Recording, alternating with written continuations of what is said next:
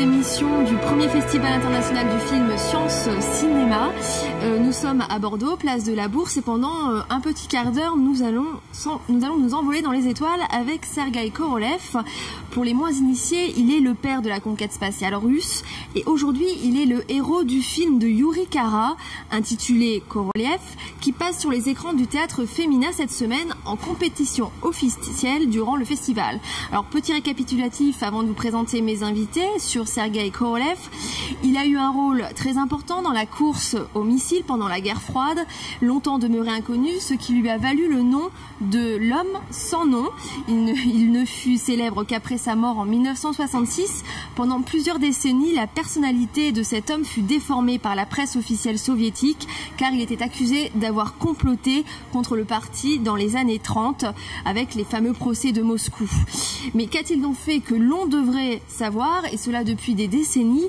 Et ben, notamment deux faits très importants. Celui, en 1957, il fait décoller la première fusée R7 qui place le premier satellite en orbite.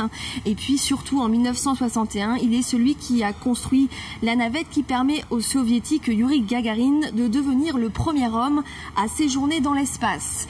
Alors Yuri Kara, le réalisateur de ce film, est ici sur ce plateau et a décidé de rétablir la vérité sur la vie de ce scientifique.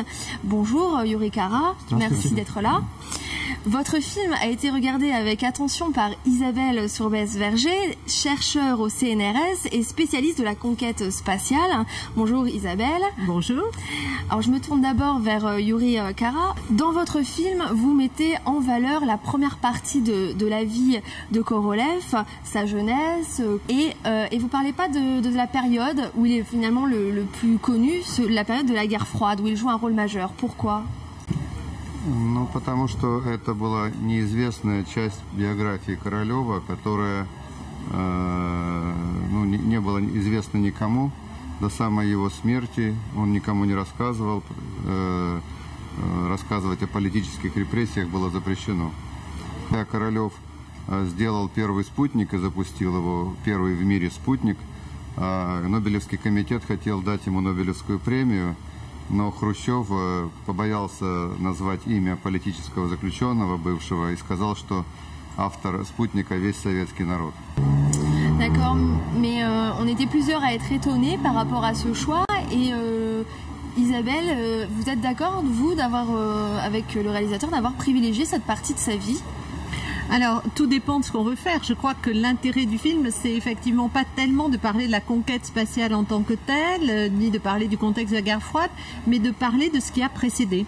Et l'histoire de Korolev, à certains titres, elle est assez exemplaire de celle de beaucoup de savants de la période soviétique qui ont connu les accusations et les purges de Moscou, qui ont vécu dans des villes fermées et qui ont gardé néanmoins un très grand amour pour le pays et une très grande fierté nationale. Donc, à ce titre, on comprend effectivement la logique du film. Donc dans ce film, il met l'accent sur le jeune homme rêveur, moins sur ce scientifique, donc ce grand scientifique qu'il devient plus tard. Pourquoi en faites-vous un héros romantique dans la tradition anti-soviétique?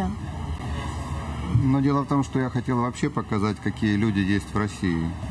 Потому что я смотрю ваше телевидение, когда такое впечатление, что вся Россия это воры, проститутки и гангстеры.